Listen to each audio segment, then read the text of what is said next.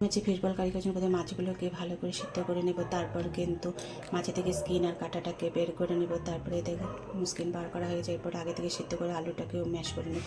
তারপর মাছের সঙ্গে ভালো করে মিশিয়ে নেব। তারপর এর মধ্যে এক এক করে দিয়ে দেবো গোলমরিচের গুঁড়ো, দিয়ে দেবো কর্নফ্লাওয়ার। তোমরা চাইলে কর্নফ্লাওয়ার না থাকলে চালের গুঁড়ো ব্যবহার করতে পারো। তারপর স্বাদ অনুসারে লবণ, হলুদ, দিয়ে দিচ্ছি পেঁয়াজ কুচি।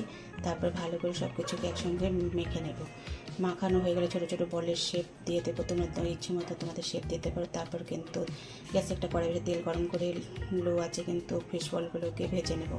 এদিকে মাছগুলো ভাজতে ভাজতে কিন্তু একটা মশলা তৈরি করবো। তার জন্য মিক্সিং জারে দিয়েছে পেঁয়াজ, আদা, কাঁচা লঙ্কা, টমেটো আর দিয়ে দিচ্ছি রসুন। তোমরা রসুন খেতে না চাইলে রসুনটা স্কিপও করতে পারো।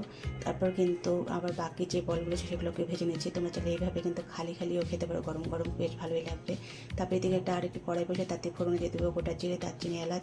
তারপর যে মশলা পেস্টটা তৈরি করেছি সেটাকে এর মধ্যে দিয়ে দেবো। তারপর এর মধ্যে দিয়ে দিচ্ছি স্বাদ অনুসারে লবণ, হলুদ। তারপরে ওটাকে ভালো করে 5 থেকে 7 মিনিট হাই ফ্লেমে কষিয়ে নেব। তারপর এর মধ্যে দিয়ে দেবো জিরের গুঁড়ো, ধনে গুঁড়ো, কাশ্মীরি লঙ্কার গুঁড়ো। তারপরে আবার মশলাগুলো কিন্তু হাই ফ্লেমেই আরও 5-7 মিনিট কষিয়ে নেবো। তারপর যখন মশলা থেকে তেল ছাড়তে শুরু করবে এর মধ্যে কিন্তু জল দিয়ে দেবো। তারপরে ঝোলটা ফুটে উঠলে কিন্তু ফিশ বলগুলোকে এক এক করে দিয়ে দেবো। তারপর 2-1 মিনিট ফুটিয়ে নিয়ে উপর থেকে গরম মশলা ছড়িয়ে আরও 2-1 মিনিট নেড়ে নিয়ে নামিয়ে নিলেই কিন্তু একদম রেডি রুই মাছের ফিশ বল কারি। আজকের রেসিপিটা তোমাদের কেমন লাগলো অবশ্যই কমেন্টে জানিও।